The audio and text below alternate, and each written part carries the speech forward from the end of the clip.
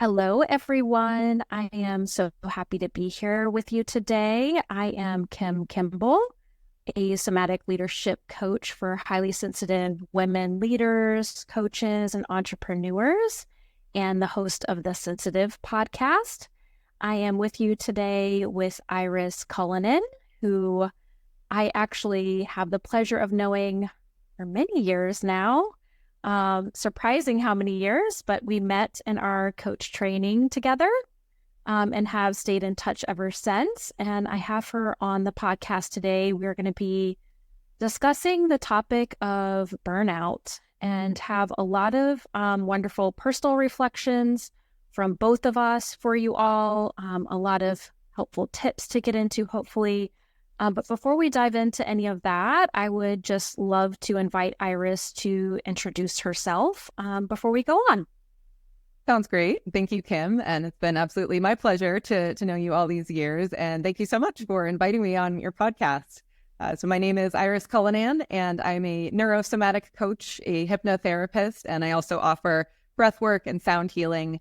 I've had a pretty winding career through the worlds of corporate leadership development. I bring that into my practice too, as well as spiritual and personal development. And I work with leaders on things like healing burnout and really developing self-trust and self-worth and evolving their lives to match their vision of success, not society's. So thanks so much.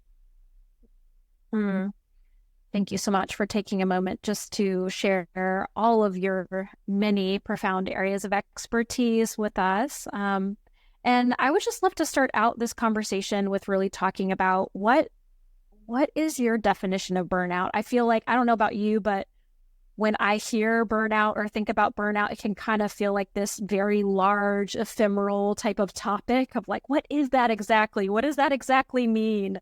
And so I would love to hear what it means and your mind and expertise, and maybe even deeper than that, why you feel like this is a particularly important conversation to talk about burnout for neurodivergent, highly sensitive folks. Yeah, absolutely. So burnout is a topic that I dove into quite a bit, especially at the beginning of the pandemic when it was a really big buzzword and I was working in corporate training. And so I actually created a training on burnout and read an amazing book by the Nagoski sisters called Burnout is the title. And I highly recommend that book. And they talk about the cycle of stress. And I think burnout is really when we get stuck in that cycle and we're not able to move out of that. And really at its core, it's about the stress in our bodies and how that impacts us. And are we able to relax our bodies enough to know that they're safe?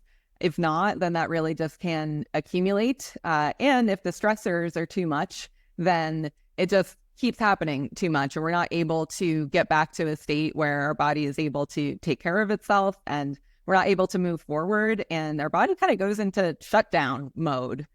So I know I've definitely experienced that. And I think a lot of people, everyone I bring up this topic to is like, yes, me, and tells me their story about burnout.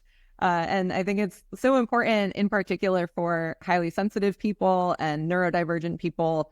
Highly sensitive people, just for one, we just are more sensitive. It's in the title. So the things that are going to be draining for other people, the things that are going to be too much, the pace, the level of work, our bar is going to be a little bit lower. And I like to think of it too as our machines burn up a lot more gas because we are taking in so much and processing so much and really adding a lot of value. And we just can't do that to the same level as people who are operating in a different way for the same amount of time.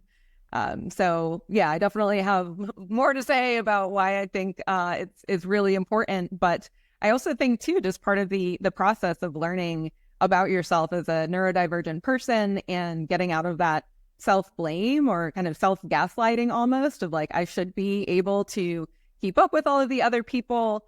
There's a lot that we have to go through just navigating the world that was not designed for us. And a lot of people experience trauma, but there is a trauma to that, to people who don't fit the mold and have had those experiences and have had negative experiences around that. And there's a lot of that to overcome, let alone just the day-to-day life that can be too much. So yeah, gosh, I felt that on such a visceral level in my body when you were talking about it's a stress cycle that you can't get out of. And just as you mentioned in name, as a highly sensitive neurodivergent person, the levels of stress are just automatically higher. As you said, the bar is automatically lower of what we can tolerate. For me in particular, I have a sensory processing disorder, and it's honestly quite severe. And that's been going on since I was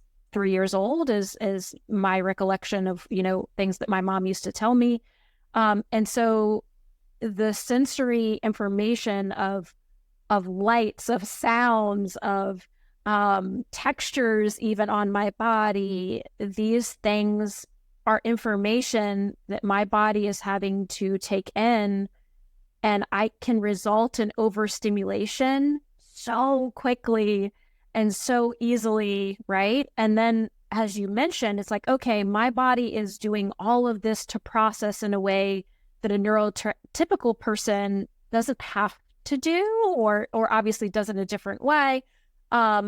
And then you add on top of that just the let's say normal stuff as far as things you have to take care of for your job or your business or whatever else. And it's like, well, I'm already at capacity just dealing with the sensory information in the world, right? So it almost feels like you're coming in at this deficit where your stress bucket is already full. And so it makes it, in my opinion, so much more imperative for us as highly sensitive neurodivergent people to know how to tend to our nervous system, how to take some of that stress out of the stress bucket. And I think it's much deeper than self-care, right? That we may sort of label things as. But yeah, I will stop there because I have so many thoughts as well, but curious what that brings up for you, if anything. Yeah, absolutely. I mean, I think we were both drawn to this work for a reason, because we both have had, it's been a necessity for us, right? And yeah, that aspect of the cycle is really about the switching between the parasympathetic and the sympathetic nervous system. And for me, just kind of learning more of the mechanics about what's going on in my body just can help me get out of that identity of like, what's wrong with me? And just attaching to the stories that come up, because it's not always, that we, something happens and then we have an emotion in response. Sometimes there's just that emotion, that physical thing. And then our brain is like, well, let me look at all the reasons why I could be feeling this way, when really the answer is just because you're doing too much and you need to slow down. But we don't get a lot of messages around telling us that. And I think, for me too, one thing that really brought me lower and lower with burnout was just not feeling valued, and other people not seeing the value that I bring. And I think for my identity as a highly sensitive person and having a more recent diagnosis with ADHD, I see all of the things that I was really great at in jobs that, managers loved, companies benefited from. And it was the same things that made it so that I just had a lower capacity. And I often would push myself through that and, to my own demise, and definitely to the, didn't have the best outcomes of my corporate career because of that. It was a big hurdle. But I just think having more awareness around those things can really help. And yeah, I like what you said too, just that self-care isn't enough. And one thing I like about that book I mentioned, differentiating between the stress and the stressor, is a key part of it. And those stressors are out of our control sometimes. So I think just being aware of that, the systems we live in, the things around us, that there's a lot we can control, and we have to have compassion for what we can't and what we've had to go through. So definitely agree. Yeah. Two pieces really stood out for me of what you shared there. And one is the shame that can happen so easily for people who are highly sensitive or neurodivergent, because just as you shared at the beginning of the podcast, the world isn't built with us in mind and the way that our brains and bodies function. And so that can create this narrative, like you're saying, of I should be able to do more. I should be able to fill in the blank. I should be able to. It creates this just blanket of shame of I shouldn't feel things so intensely. This shouldn't be so hard, right? And maybe that's something to sort of have as a key takeaway for people who are listening right now. Is how much are you shitting yourself on a daily basis? And how much is that leading to burnout potentially? Just as you were saying, it can really make us feel like we need to push through, and can result in that burnout. So this shame for not having the same level of capacity, perhaps as the world was designed for neurotypical people, is the first piece that I heard there that I wanted to bring forward. And the other piece is not being valued for the way that you're designed, and really how crucial it is to be able to find a place, both personally and professionally, right, where you are valued for the unique gifts that you bring that may be a little bit different than neurotypical folks, that may be a little bit just different, as I said. And if you are constantly being made to feel that like what I bring isn't valued, it needs to be different, it needs to fit within the neurotypical mold, it needs to be less sensitive, dialed down, less intense, whatever, that definitely contributes as well. Yeah. Well, I would love to hear whatever you would like to share about your own personal experience with burnout. Sure. Yeah. It's been a big theme in my life, a big driver, I think, of some major choices. And I think a big part too, I can't separate it from being undiagnosed with ADHD for a long time and really going through at least the past decade, getting to a point where it was like, there's something going on here. Because I would constantly be in a cycle of seeking out, being ambitious, seeking something out, seeking a new experience, going on trips around the world, really pushing myself to have a career that was thrilling to me. A lot of it was stemming from fearing that I couldn't do that, or that time was running out. Quarter life crisis was a big thing for me. And I would push myself and just not know my limits and just pile things on, and had such little connection to how I was feeling, and honestly was just in a state of being very depressed and very anxious for so much of my life, really just starting from adolescence. So I didn't really know what it felt like to not be that way. I just thought that was who I was, and the problems that came with it were mine to bear. And so kind of going through that, having big change after big change. I've only just lived in an apartment for more than 10 months at a time, at 32 years old. Actually, this month is hitting the 12 mark. Yeah. And so there would be this cycle of kind of adding too much on, and then being overwhelmed and just being like, I can't do it, and just shutting everything down and just reaching the end of my rope, and essentially, backing out of agreements, trying to escape, finding what the next thing is, and then, getting there, building that up again, and going through that cycle. And I know you've seen a lot of that from me over the 7 years since our coach training. It came up quite a bit with my business ventures, and then with my day job career, and just felt like something I couldn't escape from. And it really just got to a point, especially the past year and a half or so, I went through some pretty seriously traumatic stuff in my life. And while that was happening, I was also really feeling a desire to give it a go again with my business. My job I was not happy with, really wanted to have something more meaningful. And yet still it was that combination of the side hustle and the day job and some other things going on in my life that were a recipe for just being impossible. So I pushed myself through that and made it to the other side of some of the traumatic stuff in my life, and didn't take any time off of work, just kept pushing and pushing and pushing. And once again, just couldn't do it. I was doing more breath work at that time and was showing up feeling stressed out for workshops I was offering. And it just felt so out of alignment. And I really just reached the end of my rope there. I learned the term bed rot recently to describe what I was doing a lot of. And I really just had no energy for anything. I was losing my sense of identity. I really just didn't know what I want. And it felt very impossible to be able to make a clear choice for how to move forward in my life. So I ended up just reaching the end of my rope. The words fell out of my mouth that I quit my job. And it was a bit of a surprise to me. But I really relate it to something I also got from that lovely book about burnout, which is the point that what our bodies need, they will find a way to get.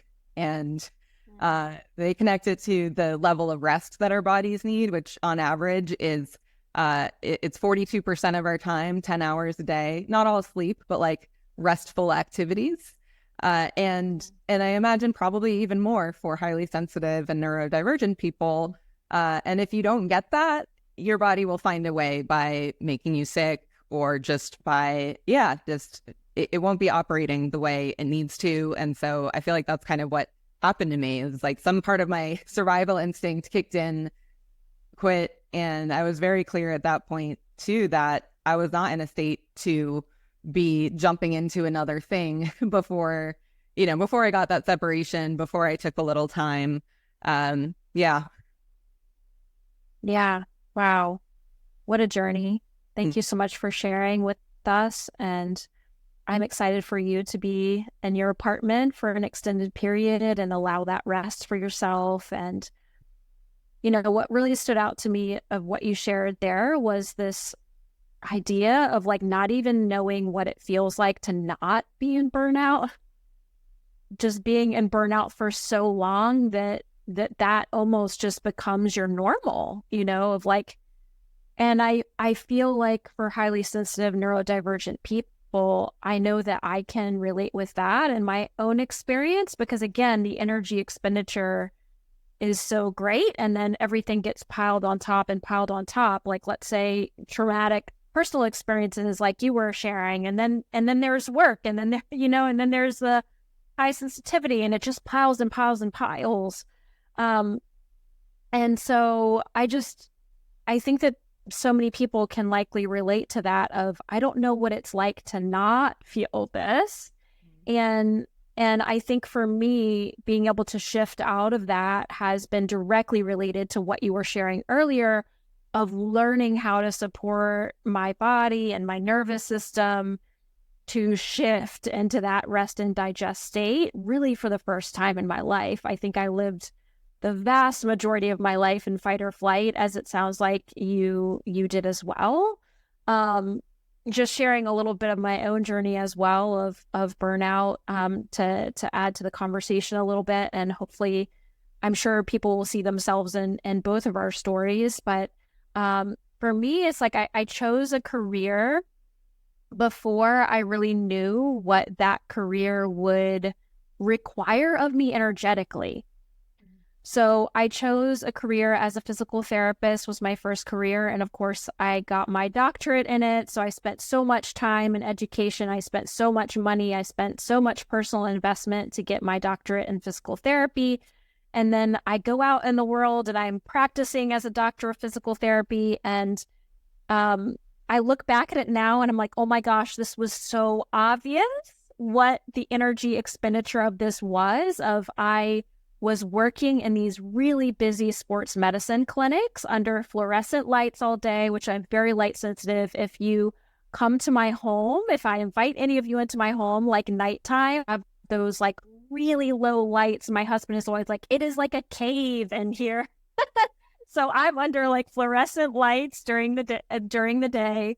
I am seeing, I don't know, like 20, 30 patients a day, 5 patients. I'm treating 5 patients at a time. I could be treating an ACL patient simultaneously with a gait and balance patient that's a high fall risk. My attention is always on multiple things at one time. There was loud music on. There was other therapists who also had the same number of patients. There was balls flying through the air, hitting me at any random time. Like I see your reaction even as like, but I had no concept at that point in time of the level of stimulus that would be for someone like myself who has a very highly sensitive system and is neurodivergent. And so I was in this for so long. I practiced therapy for, gosh, what was it, 13, 14 years. And I kept on waiting to like it. And, you know, I put so much money into it. I was like, I paid for this degree. I got to make it work. I got to make it work. And kept on waiting to love it. And it was really only after I learned about myself as this highly sensitive creature, as this neurodivergent person, that I was able to really understand why this didn't work for me. Because I was able to look at everybody else and be like, well, most people love this career that chose this career. And people would come and see me at my job and they're like, this is such a fun environment. It's like lively and your coworkers are great and you guys have witty banter together and it's like a lot of fun during the day. But I was dying inside, right? And so I ended up quitting my job, backpacking around the world by myself. Going on my, everybody jokes that it was my own little eat, pray, love journey. I was backpacking around the world for 4 months by myself. And, you know, fast forward, that's how my business was birthed through that experience. And now I talk to people one-on-one on Zoom calls like this in my own environment. And I'm typically always one-on-one. I do have like a very small intimate group container as well. And that is just like such a different feel for my nervous system. But of course, like I said, I was buying into and kind of choosing my life path and my career path before I really knew how to honor these parts of myself. So hopefully people will be able to see themselves and identify with parts of our burnout stories. And I would love to hear maybe from you, like, what do you feel like has been the most key instrumental things in kind of digging yourself out of the burnout?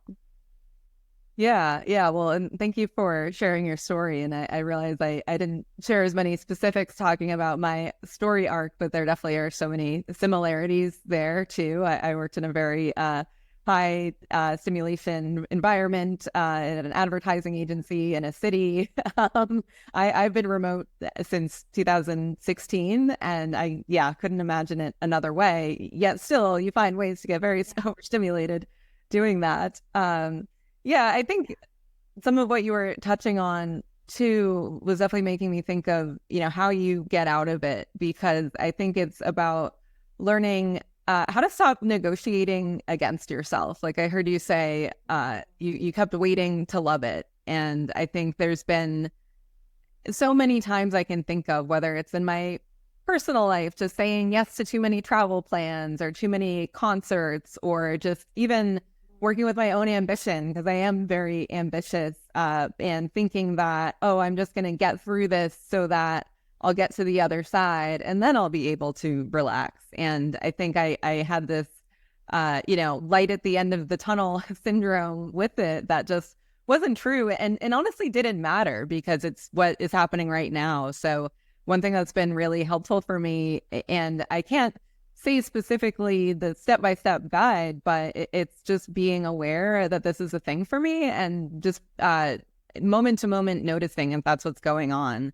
And I've actually had more instances just even the past few months where, for example, I'm on a hike with a friend and we're talking and hiking and it's really intense. And I realize I just need a minute of quiet for 5 minutes, and knowing that and asking that, because before and what could have happened is that I'm feeling that way. I'm getting, kind of angry at this person, angry at myself. It's getting worse and worse and worse, and just swallowing all of that. And that is, I think, what, is hard and keeps us in burnout. And sometimes we have to do that with our jobs or families or things like that. But noticing when I'm making that choice, and if that is indeed the choice I need to make. I'm like one thing that's interesting, I think, I imagine you've come across this with the highly sensitive people, is there's also this high sensation seeking type. Is that something that you've come across? Mm-hmm. Yeah, Yeah. absolutely.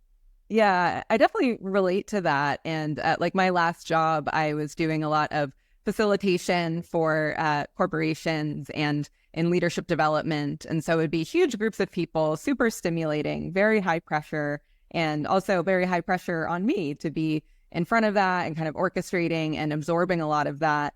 And yet it was something that I really coveted and really wanted to do and felt great afterwards, but also needed to have a week off after that, but of course never could because it was a job. But like seeing that now too, I think it's just like, it's not like, for me anyways, balance is, kind of this middle ground that we can just stay at. And I think I definitely hear you talk about this too, is that we just need to find how, when we get too far, how can we bring the pendulum back? How can we notice that sooner and not sacrificing in the other direction too, where we're, not going after the things, the experiences we want to and whatnot. Yeah, man, I really loved that line that you said, stopping negotiating against yourself. That was just, I was like, oh, yes. And, the wording that I typically use around that is actually learning to honor your capacity, but that's saying the same thing in just a different way. And another way to maybe even say it in even more reductionistic, simplistic terms is coming to a place of acceptance of who we are, of the capacity we have, and no longer feeling like it has to be different or it should be different, And there are so many kind of skills underneath there. Like, for example, the example that you gave around being on this really strenuous hike and just needing some time of silence, to even come to that place of being able to express that truth to someone else, there's so much within there that we need to build skills around, right?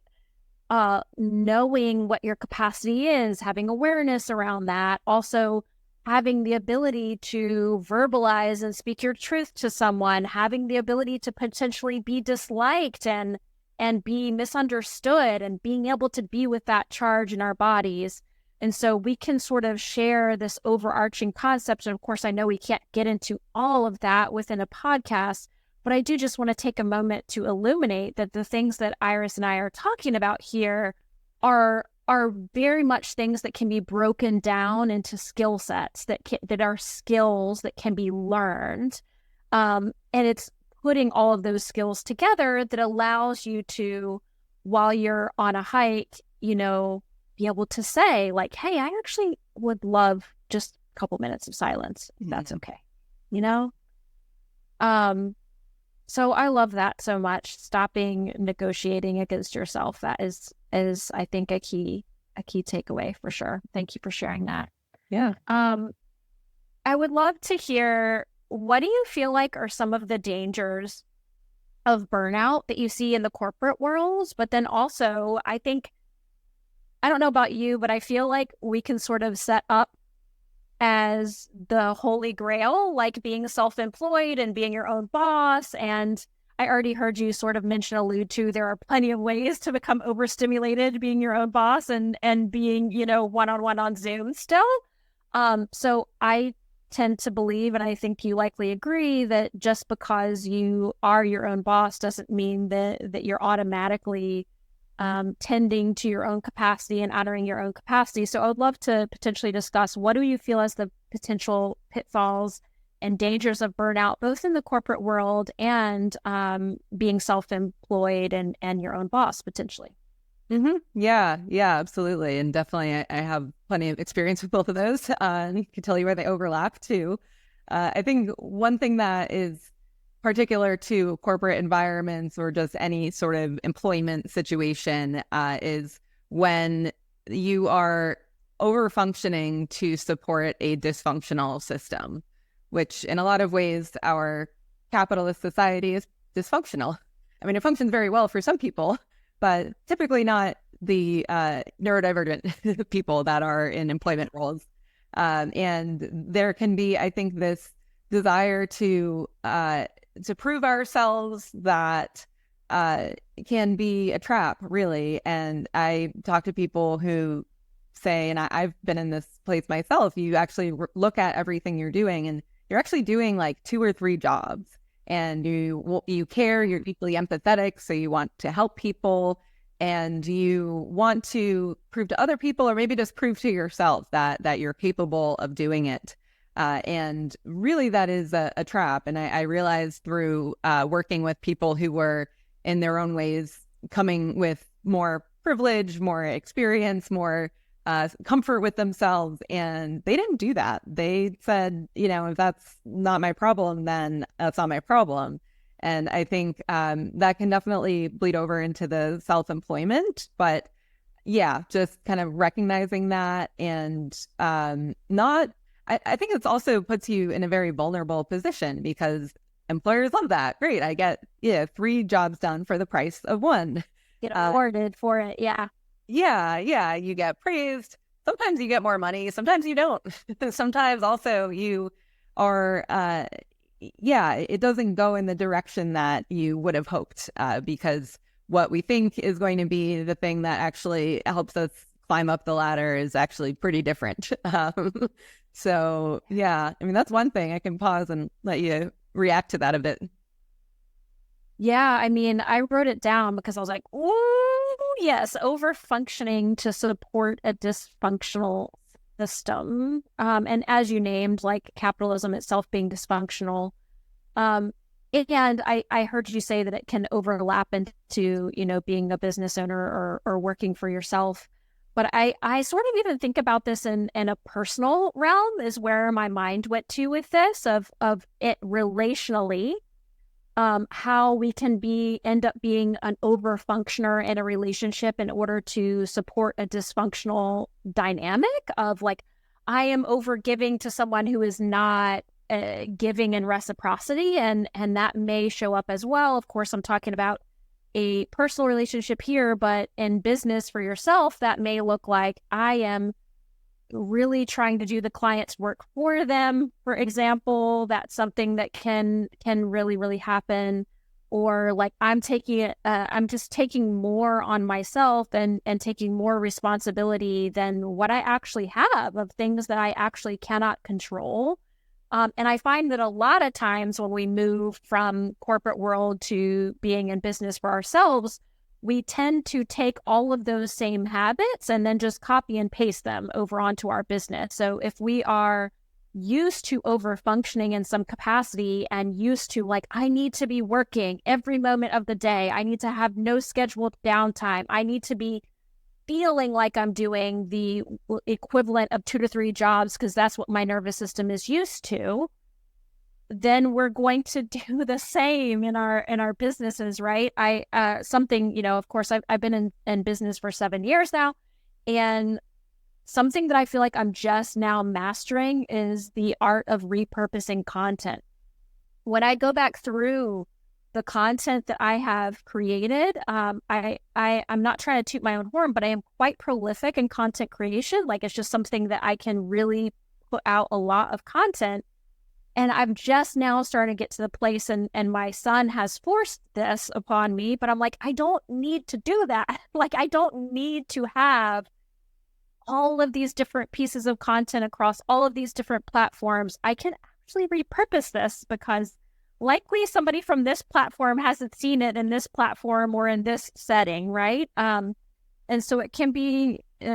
I guess the thing that's coming up for me is just how true this over-functioning to support a dysfunctional dynamic system, but also how much that over-functioning, I guess what I'm saying is how much that over-functioning becomes our normal set point of this is what I'm used to. The over-functioning is something that I'm used to.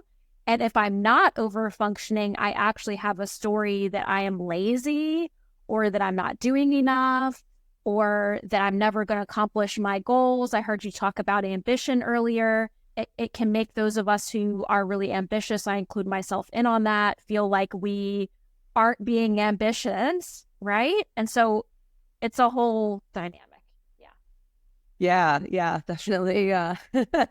Preach, yes. Yeah. And I think, like, I love that example too of repurposing content, because I think just that the foundation too is just like the thinking that it has to be this way, thinking that this is the only option. And I think there's a lot of Yes. beliefs that we inherit and are programmed by media, society, by, you know, the environments we were brought up in, by literally everyone we work with. And yeah, so a lot of the work I do in hypnosis too is about kind of getting into those beliefs and really just opening to the possibilities of it being easier and believing that you deserve that. And so you can get to kind of what's the core belief here that's driving these decisions, these behaviors. And until you do that, you don't even necessarily know the operating model that you're working with internally. So I think just having that desire opens your eyes to things like the content repurposing. And it makes me really sad. And I have been this person too, just thinking like accepting it being painful. And I think like I have this very clear memory of when we were in our coach training together 7 years ago, and I was a sweet little baby and like had this attitude of, no, if I just put in 110%, then it'll go 110% faster. And I want it to be here now. I want to have a business. And boy, was I wrong. And I had a lot of smart, you know, people who were more, if anything, older and more experienced and had, you know, maybe seen how that had played out before, trying to talk me out of that. And I was like, what, you're wrong. But, you know, sometimes you have to go through that to learn.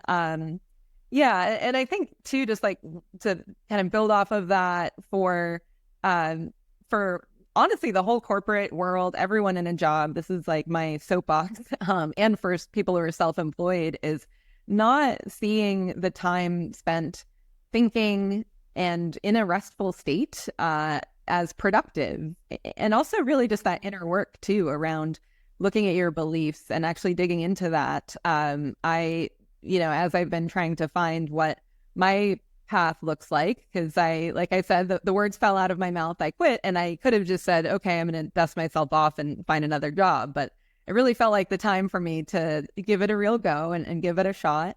And then with that came a whole lot of pressure. But still, I had so much healing to do. I still do, and realized I needed to give myself a lot more credit, because I would spend half my day sometimes, you know, kind of laying down, doing breath work, writing, and think, oh, I got nothing done today. And really, I did. I made a ton of progress. it didn't look like social media posts or a website. It was just, that's a gift of my brain. And also I need to value it. And I think everybody needs to value that. Us just being in that thinking, talking, producing brainwave state is not the only form of, in fact, it can be ineffective in some other ways when we're trying to be more creative, innovative, strategic.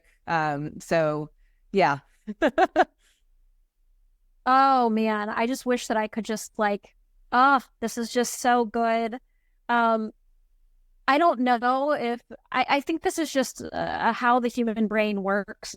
Probably not specific to highly sensitive and neurodivergent folks, but I think it's probably even more needed for highly sensitive neurodivergent folks.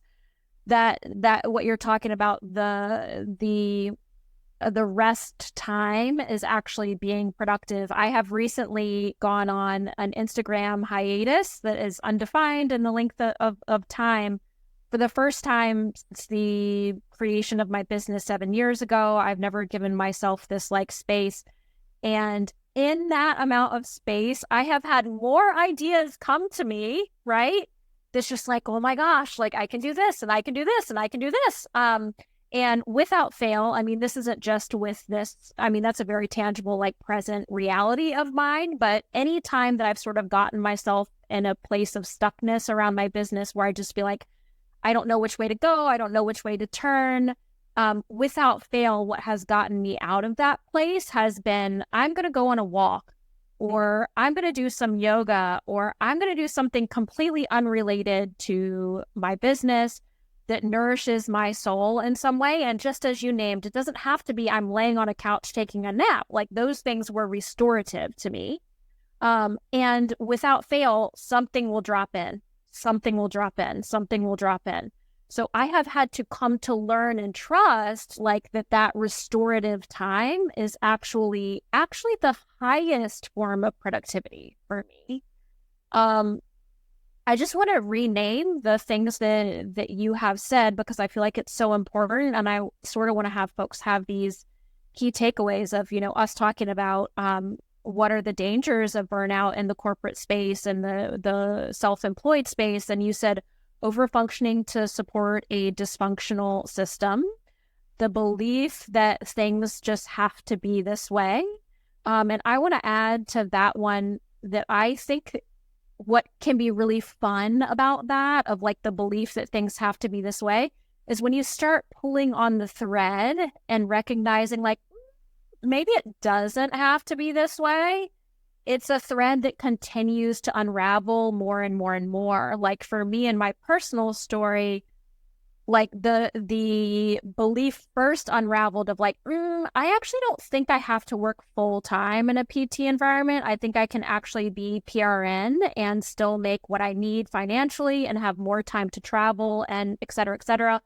And then it unraveled even more of actually, I want to start my own business. And now that has unraveled even more of finding different ways to run my business that are actually in alignment with me specifically in my capacity per each season of life that I am in and making those necessary pivots. So I guess what I'm trying to say around this one to expand on it even just a little bit more is that it's going to be something that continues to unravel. And I sort of view as a lifetime process of really that it continues to expand and sort of give back in a way when we start to push the limits of our thinking of, does it actually have to be this way? And then the last one you named was not seeing restful time as productive, which I know I already touched on a little bit, but those are such amazing just key points of things that contribute to burnout. And I just couldn't agree more. Yeah. Thank you. And yeah, I love that pulling the thread and like each step along the way. And I think I mean, we could also just knowing our brains, we could probably keep building on that list for another week or two. But it made me think of something I feel like I would be remiss to not bring up in the context of burnout too, which is a sense of meaning and purpose is huge for human beings to keep moving forward and for it to feel worth it. All of the drudgery that we have to do, even if you love your job, even if you're a self-employed, living your dream best life, there's still the day-to-day stuff that is less than fun.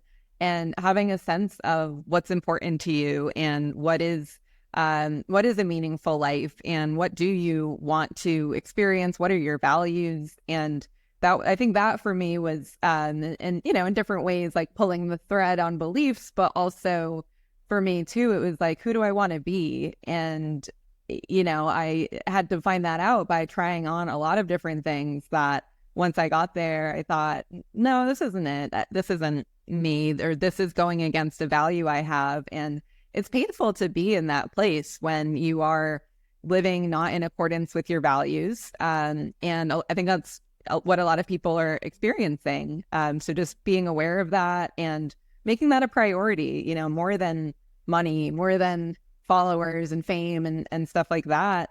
And I think too, I would just add like meaning and purpose. I think it's important to say doesn't need to be the way you make your primary source of income. Just making sure that is in your life and you get to experience that. Because I think the machine that we're all, trying to survive and make our way out of takes away some of our humanity. And I think, the more AI picks up and the more complicated and, tech forward our world becomes, I think the more important it is that we don't see ourselves as machines. We see ourselves as human beings with a heart and a soul and spend time with that and live that. So. Yeah, I feel like what you just named is really always been a core of my work. I had an offering called How to Be Human. And my newsletter used to be called How to Be Human, for all the same reasons that you're sharing, I think. And I think at the heart of it, honestly, is learning to honor our capacity, especially as highly sensitive, neurodivergent people, really is learning to honor your humanity. It's learning to see yourself as more than a machine. It's learning to see yourself as more than a cog in a wheel. And yeah, I can't state the importance of that enough. So I'm really grateful for you bringing that up. Yes. All right. So last question I have before we go into closing questions. I know that you and I had a little bit of an exchange before we got on here. We were talking about what we wanted to share about Elaine Aron's work. And if you all aren't familiar with Elaine Aron, she does work around highly sensitive people in general, has amazing books on the topic that we would both highly recommend. I have read her book, The Highly Sensitive Parent, which has been so helpful for me in parenting. But she talks specifically about a priestly class versus a warrior class as it refers to highly sensitive people. And I was wondering if you could just share a little bit more with us about that. Yeah, absolutely. And I think it is a beautiful way to summarize a lot of the things we've been talking about too. And it really hit me in a deep way reading that book and the point she made basically about the purpose of why we have highly sensitive people. And this is a genetic minority, but it is consistent in all sorts of different species. Like over 100 have been identified, not just humans. And it is consistently similar traits and a similar percentage of the population. About 15 to 30% have the highly sensitive person or monkey or fish tendencies of stepping back, kind of seeing the bigger picture and taking in more information, and also operating at a kind of higher volume of just processing and also burning out faster because of that. And she alluded to I don't know, I wish I had more of a year. Dr. Elaine Aron, if you're listening to this, tell us more. But yes, please do.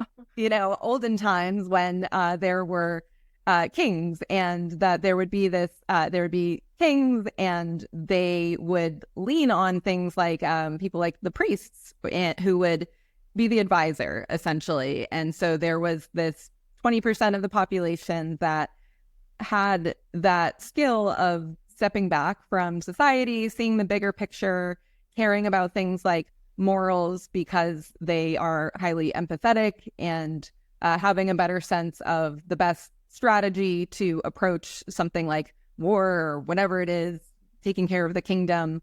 And so there was a benefit to having this smaller portion of the population that could provide that guidance to those who were more of the warrior class, who would be out there ready to fight, ready to act out on it. And so there was a lot of value there that could be provided, and also recognizing we need it to be a smaller group of the population too, and that those priests don't need to be out there on the front lines. They can't be. It's not a good fit for them. And I like some of the points she made too about that, because our culture doesn't really value those traits.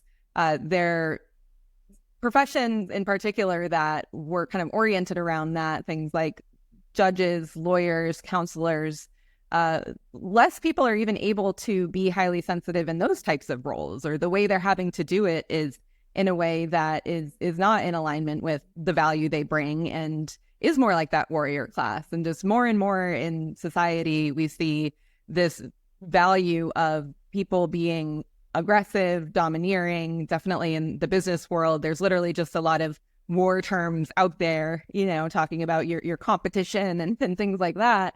And so it was kind of a big aha moment for me, because I definitely did succumb to that for a bit. I couldn't help it, just by being in the environments I was in, of feeling like I needed to be this aggressive person and to work 80 hours a week and just kind of live into that. And so coming out of that and now being in my business, I feel passionately about myself, just like that's not me. And so I need to watch myself when I'm approaching my business in a way that feels like I'm trying to be a warrior, because I'm not. And I think like the message I want to share just to the whole working world too is just that you should be honest with yourself about who you are. And I think more companies, more individuals should see the value that people who are bringing other types, essentially, other sets of skills as well as needs, and to leverage that. Because I have worked with so many companies that are struggling to be more innovative and want their company to be more productive, and the way that they're approaching it is so much goes against everything we've been talking about. Just you're not giving some people, a big chunk of your population, the opportunity to actually provide the value. And also overall, the way humans work, you're not setting anybody up to be more productive or more innovative. So yeah. Yeah, more acceptance is what I'm hearing. And not only acceptance, I hear championing, am I saying that word correctly? Championing of the difference. Like, it's accept the difference within yourself, and also let's have companies, businesses, the world at large actually champion and celebrate our differences and leverage them for the good of the whole. Like, so much can come about when, instead of suppressing the gifts of highly sensitive neurodivergent people and trying to make us fit into a neurotypical mold, we see the value. This goes back to feeling valued, as you talked about. We see the value in the difference of gifts that we have to bring to the table. Mm-hmm. Ooh, I love that so much. Well, I have sort of a rapid fire of questions here at the end that I would love to dive into. You can just share whatever comes to your mind straight off the bat. No need to dive too deeply into it. But I'm curious if there is anything that you would like to say in closing that feels like it just needs another moment to wrap up from the podcast today. I think I use these words in the very beginning in my introduction, and they're just kind of big for me today. And I just want to say them again, just having self-trust and letting that feed into your self-worth, letting them feed into each other. I think trusting that the way you feel, trusting to yourself to be able to listen to your needs, and valuing yourself enough to prioritize that, and trusting that when you make that choice, you will have positive outcomes, that the people that are going to be bothered by that are not the people that you need to be orienting your life around. And anybody else that understands that that's what you need will appreciate that you're making choices that are best for you. Love that. What do you wish that people knew about your experience as a highly sensitive or neurodivergent person in the world?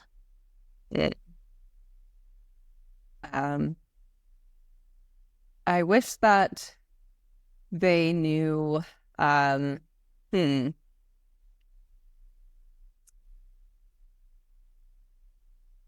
I think I wish that they could, in general, just people could find a different relationship with the idea of consistency.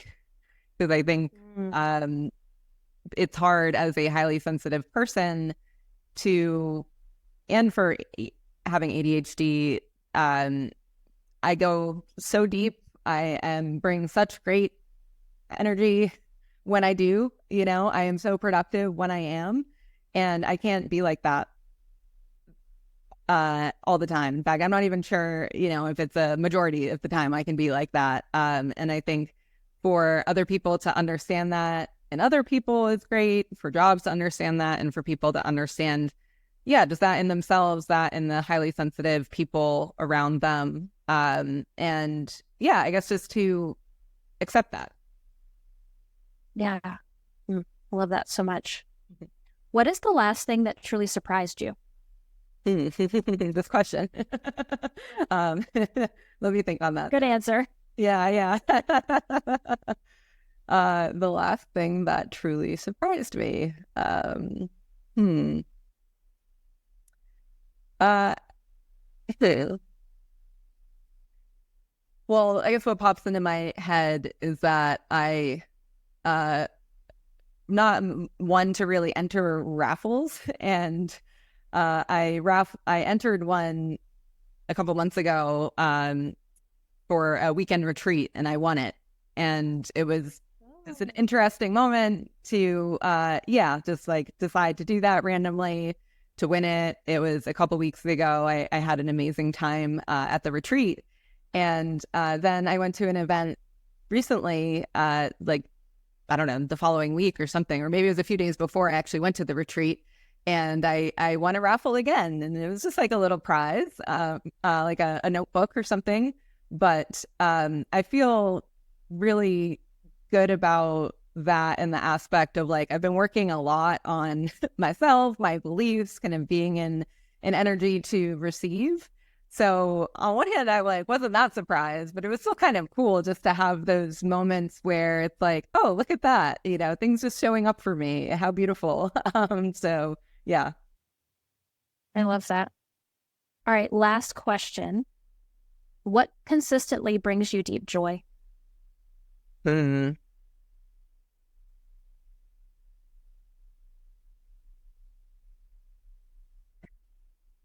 Uh, Having hours with nothing to do, nothing I'm responsible for. Uh, Yeah. yeah, I missed it so much for so long. And also, I felt like before it was hard for me to enjoy it because I didn't have enough positive things going on in my life. So it just would feel depressing, like there's something missing if I have these days with nothing to do.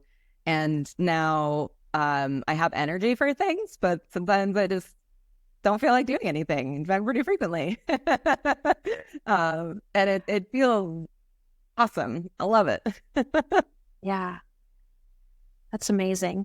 Well, Iris, thank you so much for coming on the podcast today. This has been such a nourishing conversation for me personally. I know everyone who listens will have so many nuggets to take away with them as well. So I can't thank you enough for your time and sharing your wisdom and your expertise with us. And thank you for whoever is listening for your time as well. And feel free to join us in on the conversation by leaving a comment below. But thank you so much again. Thank you.